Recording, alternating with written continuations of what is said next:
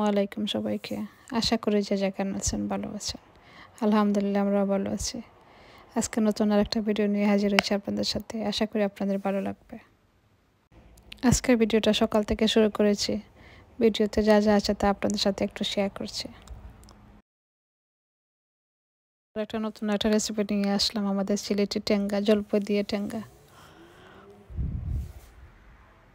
Tenga বা ঠোক দুইটা সমান জিনিসের সাথে। সকালে নাস্তাটা বানিয়ে নিলাম। আজকে নাস্তাটা বানিয়ে নিলাম পাউরুটি দিয়ে, একটা ডিম ভেজে নিলাম, বিনস দিয়ে আসলাম আমার হাজব্যান্ডকে।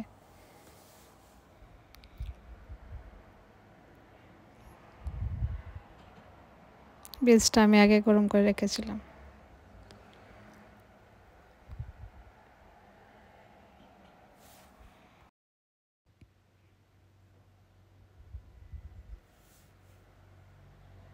ওকে নাস্তাটা দিয়ে এসে এখন আমার জন্য বানাবো।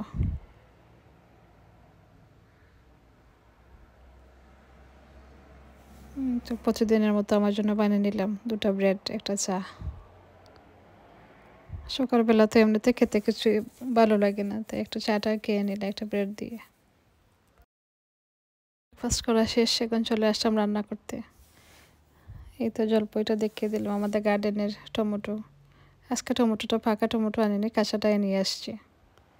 কাঁচা টমেটোটা টেঙ্গা রান্নাটা একটু মজা হয়, আলাদা আমার কাছে মনে হয়। এই তো বসিয়ে দিলাম, দিয়ে দিলাম রসুন আর পেঁয়াজ। আগে থেকে একটা বসিয়ে দিয়েছিলাম, একটু তেল দিয়ে দিয়েছিলাম। তেলটা গরম হওয়ার পর দিয়ে দিলাম পেঁয়াজ আর রসুন। এই তো আবার ঢাকনা উল্টে দেখলাম পেঁয়াজ রসুনটা একটু নরম হয়ে আসছে। দিয়ে দেবো মশলা। এখানে গুঁড়ো মশলা আমি বেশি কিছু দিইনি, দিয়েছি 1/2 টিস্পুন হলুদের গুঁড়ো, 1/2 টিস্পুন ধনিয়ার গুঁড়ো, সামান্য একটু মরিচের গুঁড়ো দিয়েছি।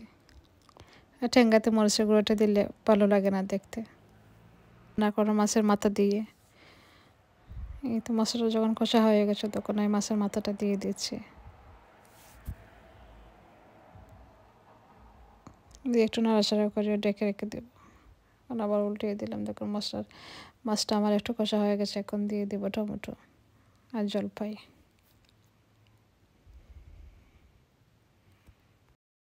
নাড়াচাড়া করে ডেকে দিয়ে দেবো। এই তো এখন দিয়ে দেবো ঝোলটা।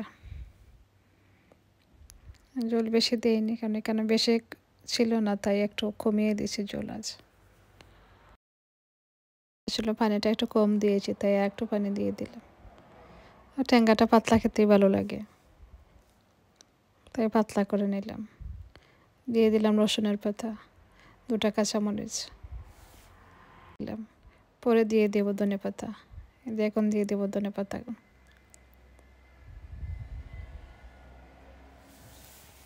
এই তো আমার টেঙ্গাটা হয়ে গেছে। সিম্পল টেঙ্গাটা রান্না কেমন হয়েছে জানাবেন। দেখতে যেমন সুন্দর, খেতে অনেক মজা হয়েছিল। আমাদের সিলেটে না সবখানেই মনে হয় টেঙ্গা একটা থাকতেই হয় খাবারের মেনুতে। রেসিপি আপনাদের সাথে শেয়ার করব, সেটা হলো গ্রিল চিকেন। আজকে আমি গড়িয়ে নিব, গড়ের মশলা দিয়ে আমি গ্রিল চিকেনটা বানাবো। দিয়ে দিলাম আদা রসুন, দিয়ে দিলাম সব গুঁড়ো মশলা এক এক করে দিয়ে দিয়েছি। প্রথমে আমি একটু ভিনেগার একটু লবণ দিয়ে চিকেনটা মাখিয়ে নিয়েছি। হলুদের গুঁড়ো, মরিচের গুঁড়ো, ধনে গুঁড়ো সব কিছু 1 টিস্পুন করে দিয়ে দিয়েছি।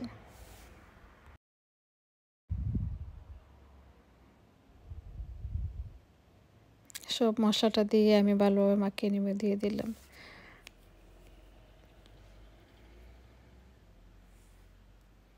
তার মতো ব্ল্যাক পেপারটাও দিয়ে দিয়েছি।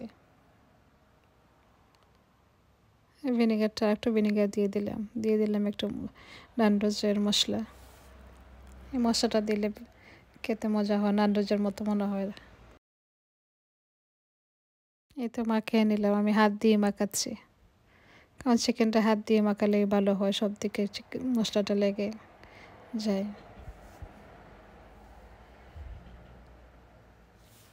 মশলাটা মাখানো শেষ, আমি একটু সময় রেখে দেবো রেস্টে। এখন আমি একটা পর দিয়ে দেবো এখন ওভেনের মধ্যে।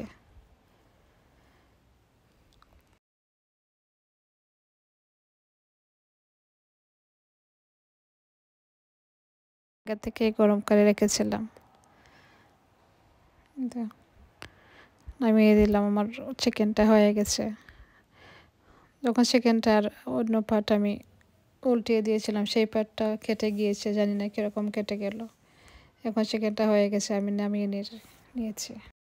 চিকেনটা খেতে এত মজা হয়েছিল।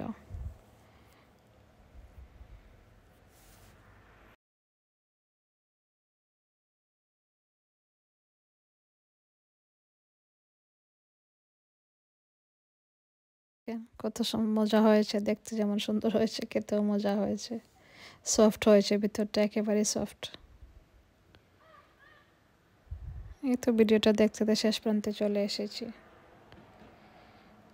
এখানে আরও কিছু জিনিস ছিল, এখানে ছিল বড়ই ছিল, জলপাই ছিল, লুকলুকি ছিল। সেটা আমার শ্বশুর নিয়ে আসছিলেন, আমাদের এখানে প্রথম নয় আসছে। জলপাইটা দেখে তো জিভে জল এসে যায়, মনে যে সময় দেখে সময় খেতে ইচ্ছা করে। এখানে আরও কিছু নাগামরিচ ছিল, সেটা আমার বোনের গাছের নাগামরিচটা ও দিয়েছিল।